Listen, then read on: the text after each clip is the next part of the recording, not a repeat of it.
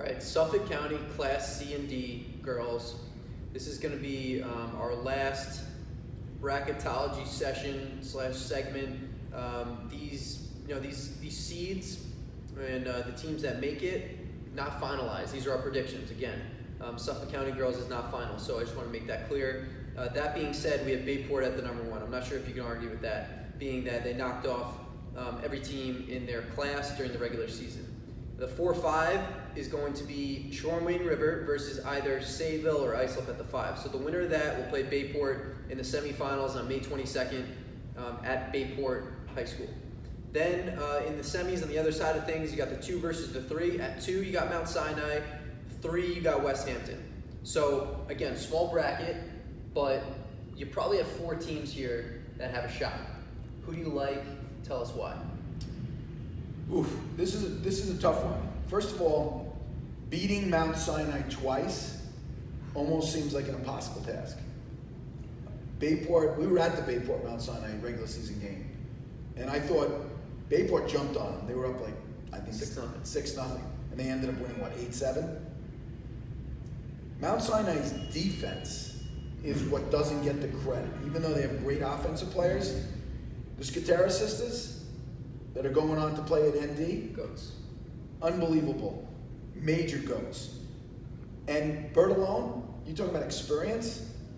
I'm not talking about Big Al's age. I'm talking about the amount of years that he's been at the top of the heat. 3 state championships in a row. Sure. Okay? And he plays everybody. He played Notre Dame Prep this year and beat them. Mm-hmm. Okay? So, now, I'm also very impressed with Bayport's coaching staff. I mean, Ryan Gick, stud. Unbelievable. He's taken the box game that's played by men and women in Canada and now in the States and brought it to the women's lacrosse field. His pick and slip offense, these girls run like they can do it in their sleep. So I'm very impressed. So I'm seeing now, we know West Hampton's really good. I don't think they're knocking off Mount Sinai. Okay? We know West Hampton has arguably one of the best sophomores in the country. Belle Smith is unbelievable. Where's she going, BC? BC commit. She's virtually unstoppable as a sophomore. She does things that coaches have said I've never seen seniors do. I've never seen girls in my coaching career do. So a player like that, I mean, she's still young though. I mean, you need a lot of firepower if you're going to knock off a team that has won 3 straight state championships. And just, I think Mount Sinai has 8 seniors right now, all going to play college lacrosse, regardless of the level. When you have that many seniors and you have the experience of Albert alone and what he brings to a team and the poise and the consistency and the preparedness during playoff time, I don't see it happening. But I think it's pretty cool what West Hampton has been able to do over the last few years, building this program and then being a 3 seed this year. I think that's something to be said for that. You know what's kind of cool about this is that I think there's going to be somebody in the finals, and I predict Bayport Mount Sinai in the finals. There's going to be a player that makes a play at a critical time of the game where the coaching staff's going to go, that's the difference. Because that's how close these 2 teams are. I mean, there's sophomores on Bayport. The young lady, Waters, the Waters girl is going to USC. And then Ailish Kelly, who hasn't committed yet. Boy, they're going to be lining up for Ailish Kelly when it's time to talk to her on September 1st. This is another game. I mean, that game's on May 31st.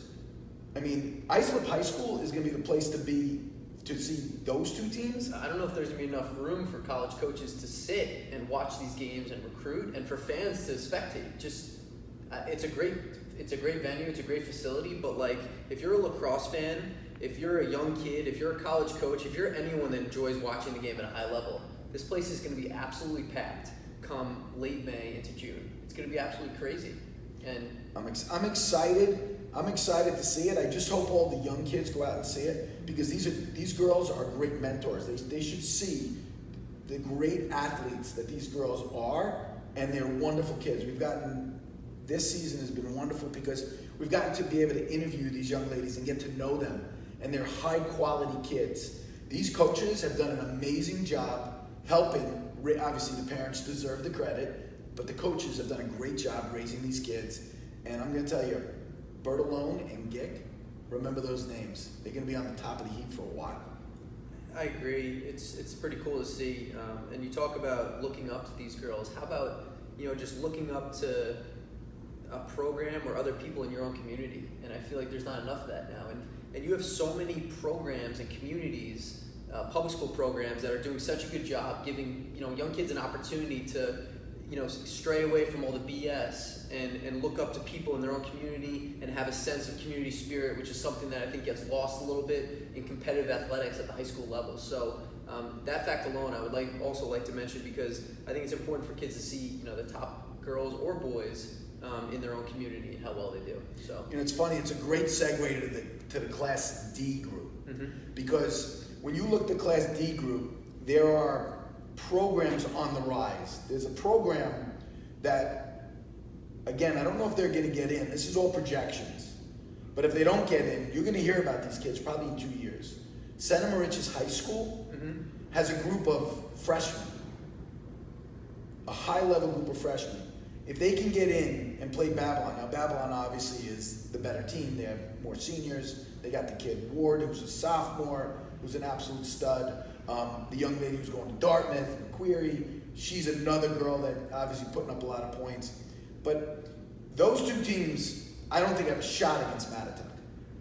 Mahoney, what he's done with this program, okay, obviously with the help of some families in the community. Obviously, we know the Hogue family. Mm-hmm. I mean, that family, it seems like they have a Division I athlete every year going. DiGregorio, is a huge contributor to the community. I think the support there is amazing considering the size of it. And the fact that you're talking three teams here, in Class D that all have a graduating class of probably between 60 and 100 boys and girls, all potentially competing for a county championship, and having girls going not just to college to play lacrosse, but you have girls going to the highest of the high Division I schools, I think is absolutely incredible. And the Hogue sisters are going to Virginia. DiGregorio, she's going to Davidson, right? You got girls. Marlboro's going to Harvard. Yep. Right? I mean, the Babylon girls, Syracuse and Dartmouth. I mean, the Santa Marich's girl, when they get up there, they're going to be getting phone calls. 100%. It's incredible that these small schools are producing these amazing athletes. Yep. And it's a credit to the parents for getting their kids playing early, the youth programs, and then obviously the coaches. I mean, you got some guys and girls who are coaching these programs, dedicating a lot of time to making sure that these girls are now, they're kind of piecing it all together. They're getting an opportunity to play at the highest level in years to come. So it's pretty cool to see. So that's C and D on the girls' side. That wraps up our bracketology here for 2018. Love to hear your thoughts and comments. Be sure to follow us on Instagram at FLGLAX, and you'll see graphics of all the final brackets once they're out. We'll make sure to put them up there, easy, clear cut, to see who's playing who, when, and where.